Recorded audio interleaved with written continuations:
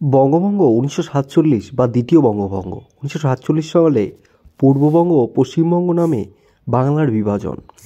১৯৪৭ সালে বঙ্গভঙ্গ ভারত বিভাজনের একটি অংশ হিসাবে ধর্মের ওপর ভিত্তি করে ব্রিটিশ ভারতের অন্তর্ভুক্ত বঙ্গপ্রদেশ ভারত এবং পাকিস্তানের অংশ হিসাবে বিভক্ত হয়।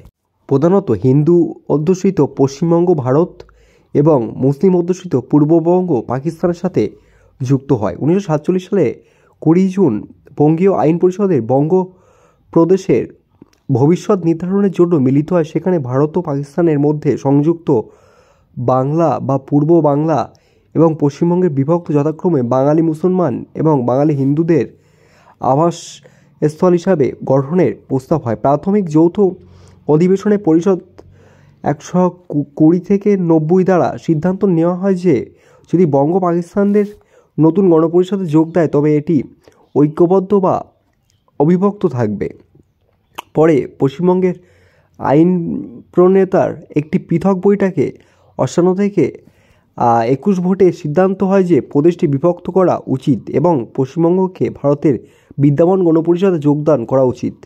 পূর্ব বাংলার আইন প্রণেতাদের আরেকটি পৃথক সভায় ১০৬ থেকে ৩৫টি ভোটে সিদ্ধান্ত নেওয়া হয় যে প্রদেশটি বিভক্ত করা উচিত নয় এবং ১০৭ থেকে ১৩৪ সালের মধ্যে দেশভাগের ক্ষেত্রে পূর্ব বাংলা পাকিস্তানে যোগ দেবে। ভারতীয় জনতা পার্টি ও পশ্চিমবঙ্গের রাজভবন এই ২০ জুন তারিখে পশ্চিমবঙ্গের প্রতিষ্ঠা দিবস অর্থাৎ পশ্চিমবঙ্গ দিবস পালন করে। ১৯৪৭ সালে ৬ জুলাই সিলেট গণভোটে আসাম থেকে সিলেটকে বিচ্ছিন্ন করে পূর্ব বাংলায় একীভূত করার সিদ্ধান্ত হয়। ৩রা জুন পরিকল্পনা বা মাউন্টব্যাটেন পরিকল্পনা অনুসারে ১৯৪৭ সালে ১৪ এবং ১৫ই আগস্ট যথাক্রমে পাকিস্তান ও ভারতের নিকট এই নতুনভাবে বিভক্ত বাংলা প্রদেশের ক্ষমতা হস্তান্তর করা হয়। পরবর্তীকালে পূর্ব পাকিস্তান বা পাকিস্তানের প্রদেশ ছিল তা ১৯৭১ সালে যুদ্ধের মধ্য দিয়ে একটি স্বাধীন ও সার্বভৌম দেশ বাংলাদেশ হিসাবে আত্মপ্রকাশ করে। পটভূমি: ১৯৪৭ সালে বাংলা বিভক্তির পূর্বে ১৯০৫ সালে প্রশাসনিক কার্যক্রমকে সহজতর করার লক্ষ্যে পূর্ব এবং পশ্চিম বাংলার বিভক্ত করা হয়, যা বঙ্গভঙ্গ হিসাবে পরিচিত। যে সময় পশ্চিমবাংলা ছিল হিন্দু অধ্যুষিত এবং মুসলমান সেখানে সংখ্যালঘু, অন্যদিকে পূর্বাঞ্চল ছিল মুসলিম অধ্যুষিত এবং হিন্দুরা ছিল সংখ্যালঘু। মুসলিম অধ্যুষিত পূর্ব বাংলার মানুষ ছিল বঙ্গভঙ্গের প্রতি জোরালো সমর্থন জানিয়েছিলেন, কেননা তারা উপলব্ধি করেছিল যে এই বিভক্তির মাধ্যমে তারা তাদের নিজস্ব একটি প্রদেশ পেতে পারে, কিন্তু হিন্দুরা এই বিভক্তির বিপক্ষে শক্ত অবস্থান নেয়। এই বিতর্ক পরবর্তীকালে প্রতিবাদ ও সন্ত্রাসের জন্ম নেয় এবং ১৯১১ সালে বঙ্গভঙ্গ রদের মাধ্যমে এর নিষ্পত্তি করা হয়। ১৯০৫ সালে বাংলা বিভক্তির সময় হিন্দু ও মুসলিমদের মাঝে সৃষ্টি হওয়ায় মতানৈক্য পরবর্তীকালে আবারও বিভক্ত করে যা আইন তৈরি এমনকি ১৯৪৭ সালে বাংলা বিভক্তকে প্রভাব রেখেছে। এই সময় রাজনৈতিক দলগুলোর এজেন্ডা হিসাবে বারংবার সামনে এসেছে বিভক্তিকরণ পরিকল্পনা অনুসারে ১৯৪৭ সালে ২০ জুন বঙ্গীয় আইন পরিষদের সদস্যগণ বাংলা বিভক্তিকরণ প্রস্তাবের উপরে ৩টি আলাদা ভোট প্রদান করেন। পরিষদের সকল সদস্যের সমন্বয়ে গঠিত যৌথ অধিবেশন বিভক্তিকরণের পক্ষে ১২৬ ভোট এবং বিদ্যমান সংবিধান পরিষদ যোগ দেওয়ার পক্ষে ৯০ ভোট প্রণীত হয়। তারপর এটি পৃথক অধিবেশনে বাংলার মুসলিম সংখ্যাগরিষ্ঠ এলাকার সদস্যগণ বাংলার বিভক্তি এবং সম্পূর্ণ একটি নতুন গণপরিষদ যোগদান করার সাপেক্ষ ভোট প্রদান করেন। সেখানে নতুন রাষ্ট্র যোগদানের সাপেক্ষ ১০৬ বিপক্ষে ৩৫টি ভোট প্রণীত হয়।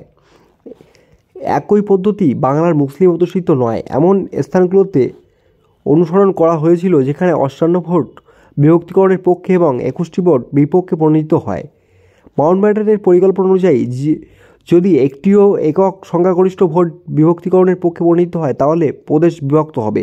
এই পরিকল্পনা তুলে ধরে ২০ জুন পরিষদে ভোটাভুটির ফলাফলের প্রেক্ষিতে পশ্চিমবাংলা প্রদেশ ভারত এবং পূর্ব বাংলা প্রদেশের পাকিস্তানের সাথে যুক্ত করার সিদ্ধান্ত গৃহীত হয়।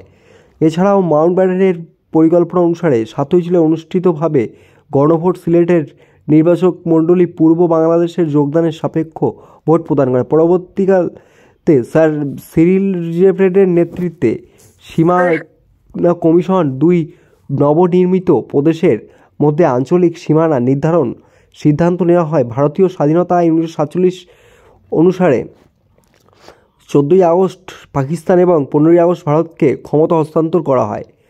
বিরোধিতা। বাংলা কৃষক প্রজা পার্টির সৈয়দ আবির উল রহমান বলেছেন, ভারত বিভাজন অযৌক্তিক এবং হাস্যকর। বাংলা ও সামগ্রিকভাবে ভারত বিভাগের সমালোচনা করে সৈয়দ হাবিবুর রহমান বলেন, হিন্দু ও মুসলিম উভয়ই একটি অভিন্ন মাতৃভূমিতে বাস করে। এটি একটি অভিন্ন ভাষা ও সাহিত্যের শাখা ব্যবহার করে এবং এটি অভিন্ন ভূমিতে কয়েক শতাব্দী ধরে বসবাসের মাধ্যমে বিকশিত একটি সাধারণ হিন্দু ও মুসলিম সংস্কৃতি মহৎ ঐতিহ্য গর্বিত। বাংলা সমুন্নতকরণ পরিকল্পনা। দ্বিজাতি তত্ত্বের উপর ভিত্তি করে ভারতের বিভক্তির পরে একটা স্পষ্ট হয়ে ওঠে যে এখানে ধর্মীয় বিষয়টিকে মুখ্য বিবেচনা করা হয়েছে। তখন বঙ্গীয় প্রাদেশিক মুসলিম লীগের নেতা হোসেন শহীদ সোহরাওয়ার্দীর একটি ভিত্তিগত পরিকল্পনা পেশ করেন যে পূর্ব ও পশ্চিম বাংলা ভারত কিংবা পাকিস্তানের অংশ হিসাবে না যুক্ত হয়ে বরং এটি স্বতন্ত্র রাজ্য হিসাবে আত্মপ্রকাশ করতে পারে। ভারতে ব্রিটিশ ঔপনিবেশিক শাসন অবসানের প্রাক্কালে সোহরাওয়ার্দী সমগ্র বাংলা, আসাম ও বিহারের মানভূম, সিংভূম, সম্ভবত পূর্ণিয়া জেলার সমন্বয়ে পূর্ব ভারতের বৃহৎ বাংলা নামে একটি রাষ্ট্র প্রতিষ্ঠার স্বপ্ন দেখেছিলেন। সোহরাওয়ার্দী উপলব্ধি করতে পেরেছিলেন যদি বাংলা এভাবে বিভক্ত হয়ে পূর্ব বাংলা অর্থনৈতিকভাবে ক্ষতিগ্রস্ত হবে, কেননা সব কয়লা খনি এবং পাটকল পশ্চিমবাংলা অংশ হয়ে যাবে এবং সিংহভাগ হিন্দু সংখ্যাগরিষ্ঠ জনগণ যারা কিনা শিল্পায়নের সাথে যুক্ত পশ্চিমবাংলার অভিবাসন সম্পন্ন করবে। সবচেয়ে গুরুত্বপূর্ণ হলো কলকাতাকে ভারতের অন্যতম প্রধান শহর এবং শিল্প ও বাণিজ্যের কেন্দ্রবিন্দু তা পশ্চিমবাংলার অন্তর্ভুক্ত হয়ে যাবে। সোহরাওয়ার্দী 24শে এপ্রিল 1947 সালে দিল্লির একটি সংবাদ সম্মেলনে তার প্রস্তাব তুলে ধরেন। তবে পরিকল্পনাটি সরাসরি সর্বভারতীয় মুসলিম লীগ ব্রিটিশ শাসনাধীন সময়ে একটি গুরুত্বপূর্ণ রাজনৈতিক দল ছিল যারা দ্বিজাতি তত্ত্বের আলোকে একটি পৃথক মুসলিম রাষ্ট্র প্রতিষ্ঠার অগ্রণী ভূমিকা পালন করছিল বাতিল করে দেয়। প্রাথমিকভাবে বাংলা প্রদেশের মুসলিম লীগ নেতারা দ্বিধাবিভক্ত ছিলেন। বর্ধমানের নেতা আবুল হাসিম সোহরাওয়ার্দীর প্রস্তাবকে স্বাগত জানিয়েছেন এবং অন্যদিকে নুরুল আমিন এবং মোহাম্মদ আকবর খান এর বিরোধিতা করেছেন। কিন্তু মোহাম্মদ আলী জিন্নাহ সোহরাওয়ার্দীর প্রস্তাবে বৈধতা বুঝতে পেরে পরিকল্পনাকে পরোক্ষ সমর্থন দিয়েছেন। মোহাম্মদ আলী জিন্নাহ এবং এর সমর্থন লাভের পর সোহরাওয়ার্দী এর পরিকল্পনার সাপেক্ষ সমর্থন জমায়েত শুরু করেন। লর্ড মাউন্টব্যাটেনের জিন্নাহ বলেছিলেন, কলকাতা ছাড়া বাংলা কোনো কাজ আসবে না, এর চেয়ে ভালো তারা অবিভক্ত এবং স্বাধীন থাকুক। আমি নিশ্চিত যে তাদের সাথে আমাদের ভালো সম্পর্ক থাকবে। মুসলিম লীগ পাঞ্জাব এবং বাংলা বিভক্ত বিরোধিতা করেছিল। 19শে এপ্রিল এক প্রেস বিবৃতিতে মৌলানা আকরাম খাঁ বলেন, মুসলিম বাংলা অবশ্যই বঙ্গভঙ্গের বিরোধী। বঙ্গভঙ্গ হতে পারে কেবলমাত্র বাংলা মুসলমানদের মৃতদেহের উপর। কংগ্রেস পক্ষ থেকে গুটি কয়েক নেতাই এই পরিকল্পনার সাথে একমত ছিলেন। তাদের মাঝে ছিলেন বাংলা প্রদেশের প্রভাবশালী কংগ্রেস নেতা এবং নেতাজি সুভাষচন্দ্র বোসের বড় ভাই শরৎচন্দ্র বোস এবং কিরণ শঙ্কর রয়। তবে জওহরলাল নেহরু এবং বল্লভভাই প্যাটেল সহ বেশিরভাগ বিপিসিসি নেতা এই পরিকল্পনা বাতিল করেন। এছাড়া শ্যামাপ্রসাদ মুখার্জির নেতৃত্বাধীন হিন্দু জাতীয়বাদী দলের তীব্রভাবে বিরোধিতা করেন। তাদের মতামত ছিল যে এই পরিকল্পনা আসলে বিভক্তিকরণের বিপক্ষে। সোহরাওয়ার্দী দ্বারা একটি চাল মাত্র যাতে কলকাতা শহর সহ শিল্পোন্নয়ন পশ্চিম অংশের উপর লীগ নিয়ন্ত্রণ রাখতে পারে। তারা আরও মতামত পোষণ করেছিলেন যে যদিও পরিকল্পনায় একটি সার্বভৌম বাংলা কথা উল্লেখ করা আছে, এটা বাস্তবিক পক্ষে এটি ভার্চুয়াল পাকিস্তান ছাড়া কিছুই হবে না এবং হিন্দু সংখ্যালঘুদের চিরতরে মুসলিম সংখ্যাগুরুদের দয়ার উপর চলতে হবে। যদিও কংগ্রেস অনুমোদন ছাড়া প্রস্তাবটি আলোর মুখ দেখা সম্ভব ছিল না। বোস এবং সোহরাওয়ার্দী প্রস্তাবিত রাষ্ট্রের রাজনৈতিক গঠনতন্ত্র নিয়ে একটি মতৈক্যে পৌঁছাতে এদের আলাপ চালিয়ে যাচ্ছিলেন। সোহরাওয়ার্দীর মত বোসও বিশ্বাস করতেন যে বিভক্তিকরণের ফলে বাংলার অর্থনীতি মারাত্মকভাবে ক্ষতিগ্রস্ত হবে। অর্ধেকের মতো হিন্দু জনগোষ্ঠী অসহায় অবস্থায় পূর্ব পাকিস্তানে আটকা পড়বে। চুক্তিটি 24 মে 1947 সালে প্রকাশিত হয়। চুক্তিটি আক্ষরিক অর্থে একটি রাজনৈতিক চুক্তি ছিল এবং তৃণমূল পর্যায়ে বিশেষত হিন্দু ধর্মাবলম্বীদের মাঝে এর গ্রহণযোগ্য ছিল না। কেননা 6 বছর ধরে মুসলিম লীগের দ্বিজাতি তত্ত্বের ক্রমাগত প্রচার, সোহরাওয়ার্দীর মন্ত্রণালয়, হিন্দু ধর্মাবলম্বীদের প্রান্তিকরণ এবং 1946 সালে দাঙ্গার ফলে মুসলিম লীগের প্রতি বাঙালি হিন্দুদের বিন্দুমাত্র বিশ্বাস তখন সামান্য অবশিষ্ট ছিল। এর মাঝেই নির্বাচক মণ্ডলীর প্রকৃত প্রশ্নে বোস এবং সোহরাওয়ার্দীর মাঝে মতানৈক্য দেখা দেয়। সোহরাওয়ার্দীর মুসলিম ও মুসলিম নন তাদের জন্য পৃথক নির্বাচন বজায় রাখার উপর জোর দেন, কিন্তু বোস এর বিরোধিতা করেন। তিনি এই প্রস্তাব প্রত্যাহার করে নেন, কেননা কংগ্রেসের দিক থেকে অন্য কোনো উল্লেখযোগ্য সমর্থনের অভাব ছিল। ফলে অবিভক্ত বাংলা পরিকল্পনা বাতিল করা হয়। তারপরেও এই পদপক্ষকে বাংলার বিভক্তি এড়ানো এবং বাঙালি হিন্দু ও মুসলিম সম্প্রদায়ের মধ্যে একত্রে বসবাস করার ইচ্ছার শেষ চেষ্টা হিসাবে চিহ্নিত করা হয়। 1946 থেকে 1951 বাঙালি হিন্দু সংখ্যাগরিষ্ঠ পশ্চিমবঙ্গ ও বাঙালি মুসলিম সংখ্যাগরিষ্ঠ পূর্ব বাংলার মধ্যে বঙ্গভঙ্গের পরে উভয় পক্ষে বাঙালি হিন্দু বাঙালি মুসলিম শরণার্থীদের আগমন ঘটে। একটি অনুমান থেকে জানা যায় যে দেশভাগের আগে পশ্চিমবঙ্গের জনসংখ্যা ছিল 21 মিলিয়ন, যার মধ্যে 3 মিলিয়ন বা 25% মুসলিম সংখ্যালঘু ছিল। তাদের বেশিরভাগই বাঙালি মুসলমান ছিল, যেখানে পূর্ব বাংলায় 39 মিলিয়ন লোক ছিল, যাদের মধ্যে 11 মিলিয়ন বা প্রায় 30% হিন্দু সংখ্যালঘু, অর্থাৎ প্রধান বাঙালি হিন্দু। প্রায় 2.16 মিলিয়ন বাঙালি হিন্দু পাকিস্তানের পূর্ব বাংলা ছেড়ে ভারতে পশ্চিমবঙ্গে অঞ্চলে চলে গেছে এবং পশ্চিমবঙ্গ পূর্ব বাংলাকে সমর্থনকারী জনতার কারণে সহিংসতা ও দাঙ্গার কারণে দেশভাগের পরে মাত্র 4 লাখ বাঙালি মুসলমান ভারতে পশ্চিমবঙ্গ ছেড়ে পাকিস্তানের পূর্ববঙ্গ অঞ্চলে চলে গেছে। পাঞ্জাবের বিপরীতে সেখানে দেশভাগের সময় পাঞ্জাবি মুসলমান এবং পাঞ্জাবি শিখ পাঞ্জাবি হিন্দুদের মধ্যে পূর্ণ জনসংখ্যা বিনিময় হয়েছিল। বাংলার সম্পূর্ণ জনসংখ্যা বিনিময় ঘটেনি। কম সহিষ্ণুতার কারণে বাঙালি হিন্দু এবং বাঙালি মুসলমানদের মধ্যে তাদের জনসংখ্যা স্থানান্তর ধীর ছিল। সামগ্রিকভাবে এটি একতরফা ছিল, অর্থাৎ বাঙালি হিন্দুরা পূর্ব বাংলা ছেড়ে চলে এসেছিল, কিন্তু বাঙালি মুসলিমরা পশ্চিমবঙ্গ ছাড়েনি। দেশভাগের সময় হিন্দু মহাসভার নেতা শ্যামাপ্রসাদ মুখার্জির জনসংখ্যার পূর্ণ বিনিময়ের দাবি করেছিলেন, অর্থাৎ পশ্চিমবঙ্গের বাঙালি মুসলিম জনসংখ্যার সাথে পূর্ব বাংলার বাঙালি হিন্দুদের বিনিময়। তবে তৎকালীন কেন্দ্রীয় সরকারের নেতাদের আগ্রহের অভাবে এটি ঘটেনি। বর্তমানে পূর্ব বাংলার মাত্র 8% হিন্দু, যেখানে পশ্চিমবঙ্গ এখনও 27% মুসলমান। দেশভাগের সময় 25% তুলনায় পশ্চিমবঙ্গ এবং আসামে যথাক্রমে 25% এবং 15% মানুষ বাঙালি হিন্দু শরণার্থী বা যাদের বংশধর। অন্যদিকে ভারতের পাঞ্জাবে 35% পাঞ্জাবি শিখ পাঞ্জাবি হিন্দু শরণার্থী বা তাদের বংশধর। 1960 আনুমানিক 10 লক্ষ হিন্দু শরণার্থী 1960 সালের মধ্যে পশ্চিমবঙ্গে প্রবেশ করে এবং প্রায় 7 লক্ষ মুসলমান পূর্ব পাকিস্তানে চলে যায়। বাংলা শরণার্থীদের আগমনের সাথে এই বিষয়টি ছিল পশ্চিমবঙ্গ সরকার তাদের পুনর্বাসনের জন্য কম প্রস্তুত ছিল, যার ফলে লক্ষ লক্ষ লোকের বিশাল আবাসন এবং স্যানিটেশন সমস্যা দেখা দিয়েছিল, যারা বেশিরভাগই পূর্ব বাংলার বড় সম্পত্তির মালিক ছিল। 1964 সালের পূর্ব পাকিস্তান দ্বারা দাঙ্গার সময় ভারতীয় কর্তৃপক্ষের মতে পূর্ব পাকিস্তান থেকে 1,35,000 হিন্দু শরণার্থী পশ্চিমবঙ্গে আসে এবং মুসলমানরা পশ্চিমবঙ্গ থেকে পূর্ব পাকিস্তানের অভিবাসন শুরু করেছিল। পাকিস্তানদের পরিসংখ্যান অনুযায়ী এপ্রিলের প্রথম দিকে পশ্চিমবঙ্গ থেকে 83,000 মুসলিম শরণার্থী এসেছিল। 1971 সালে পাকিস্তানের বিরুদ্ধে বাংলাদেশের স্বাধীনতা যুদ্ধের সময় আনুমানিক 72,35,916 জন শরণার্থী বাংলাদেশ থেকে ভারতে পশ্চিমবঙ্গে আসে।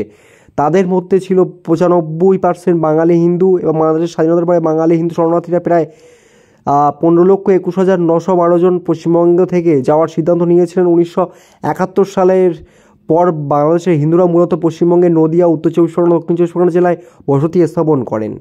ফলাফল: মুসলিম প্রধান জেলা দিনাজপুর, রংপুর, মালদা, মুর্শিদাবাদ, বগুড়া, পাবনা, ময়মনসিংহ, সিলেট, ঢাকা, ফরিদপুর, বাকেরগঞ্জ, নোয়াখালী, চট্টগ্রাম। প্রধান হিন্দু জেলা কলকাতা, হাওড়া, হুগলি, বীরভূম, বাঁকুড়া, বর্ধমান, মেদিনীপুর, দার্জিলিং, জলপাইগুড়ি, নদিয়া, যশোর, খুলনা। বৌদ্ধ প্রধান জেলা পার্বত্য চট্টগ্রাম।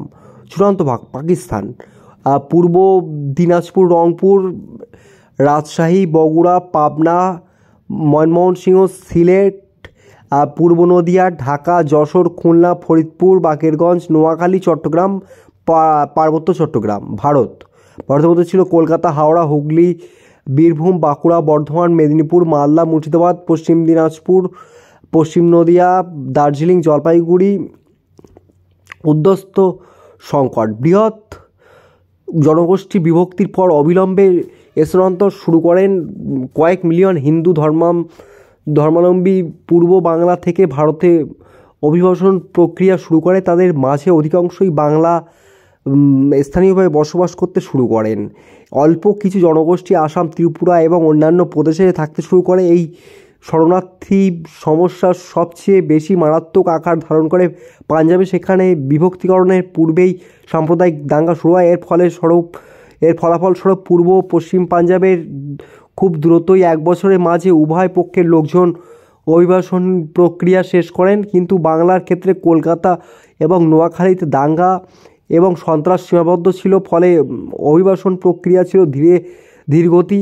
বিভক্তির পর 3 দশক ধরে এই প্রক্রিয়া চলমান। যদিও দাঙ্গা কলকাতা ও নোয়াখালীতে সীমাবদ্ধ ছিল, তারপরেও পশ্চিমবাংলার মুসলিম ধর্মাবলম্বীরা এবং পূর্ব বাংলার হিন্দু ধর্মাবলম্বীরা অনিরাপদ বোধ করতে শুরু করেন এবং তাদের একটি গুরুত্বপূর্ণ সিদ্ধান্ত নিতে হয়েছিল যে তারা অন্য দেশে একটি অনিশ্চিত ভবিষ্যতের জন্য ছেড়ে যাবেন কি না বা অন্যান্য সম্প্রদায়ের অধীনে থাকবেন কি না। পূর্ব বাংলার হিন্দু ধর্মাবলম্বীদের মাঝে যারা অর্থনৈতিকভাবে স্বাবলম্বী এবং অপেক্ষাকৃত উঁচু বর্ণের, তারাই প্রথমে পূর্ব বাংলা ত্যাগ করে। যারা সরকারি চাকরিতে ছিলেন তাদেরকে কোথাও থাকবেন সেই বিষয়ে সিদ্ধান্ত নেওয়ার সুযোগ দেওয়া হয়। শহরে শিক্ষিত উচ্চ এবং মধ্যবিত্তরা, গ্রামের উচ্চ বংশীয়রা, ব্যবসায়ী এবং শিল্পীরা বিভক্তির পর ভারতের উদ্দেশ্যে যাত্রা শুরু করেন।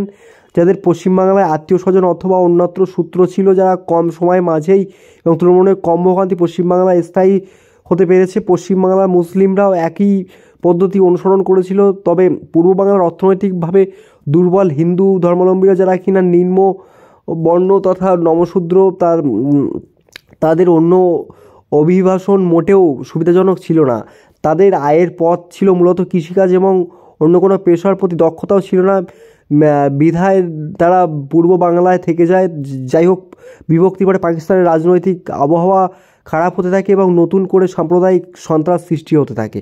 1950 সালে নতুন করে বরিশালের সাম্প্রতিক দাঙ্গা দেখা দেয় এবং পূর্ব পাকিস্তান হিন্দুদের মাঝে আতঙ্ক ছড়িয়ে পড়ে। পরিস্থিতি আরও খারাপ আকার ধারণ করে। যোগেন্দ্রনাথ মণ্ডল, যিনি একজন নমশূদ্র ছিলেন ও মুসলিম লীগকে সমর্থন করেছিলেন, আইনমন্ত্রীর পদ থেকে পদত্যাগ করেন এবং ভারতে চলে যান।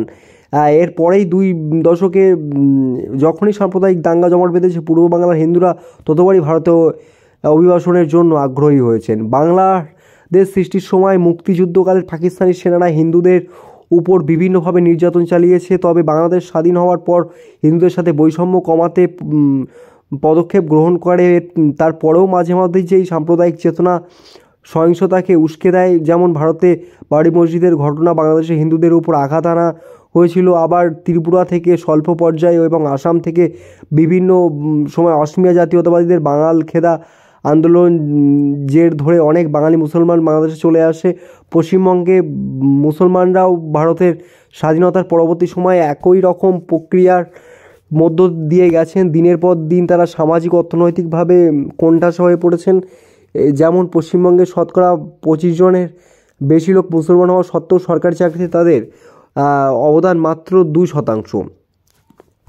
পরিসংখ্যান: ভারতের পরিসংখ্যান অনুসারে 1951 সালে 2.533 মিলিয়ন উদ্বাস্ত পূর্ব বাংলা থেকে পশ্চিমবাংলা চলে আসে। তাদের মধ্যে 2.061 মিলিয়ন পশ্চিমবাংলায় স্থায়ী হয়, অন্যরা আসাম, ত্রিপুরা ও অন্যান্য প্রদেশে চলে যায়। 1973 সালে মাঝে এই সংখ্যা 60 লক্ষের উপরে গিয়ে পৌঁছায়। নিজের স্মরণীতে বিভিন্ন সময়ে উদ্বাস্তের পরিসংখ্যান তুলে ধরা হয়েছে। 1947 সালে বাংলা বিভক্তি, তখন লক্ষ। 1948 সালে হায়দ্রাবাদ অপারেশন তখন 7.86%। 1950 বরিশাল দাঙ্গা 15.75। 1956 পাকিস্তানি ইসলামী রাষ্ট্র ঘোষণা 3.20। 1964 সালের দাঙ্গা 6.93। 1971 সালে বাংলাদেশ মুক্তিযুদ্ধ 15%, 15 লক্ষ। 1951 সালে পাকিস্তান 6,71,000 উদ্বাস্তু গণনা করেছিল, যার মধ্যে বেশিরভাগই ছিল পশ্চিমবাংলা থেকে আগত, অন্যরা ছিল বিহার থেকে। 1961 সালের মাঝে এই 8.5 লক্ষতে পৌঁছায় এবং ধারণা করা যে পরবর্তী 2 শতকে 1.5 মিলিয়ন মানে 15 লক্ষ মুসলিম বিহার ও পশ্চিমবাংলা থেকে পূর্ব বাংলায় স্থায়ী হয়। তো বন্ধুরা, ইতিহাস সম্পর্কে আরও অনেক কিছু জানতে আমাদের চ্যানেলটি সাবস্ক্রাইব করে সঙ্গে থাকবেন।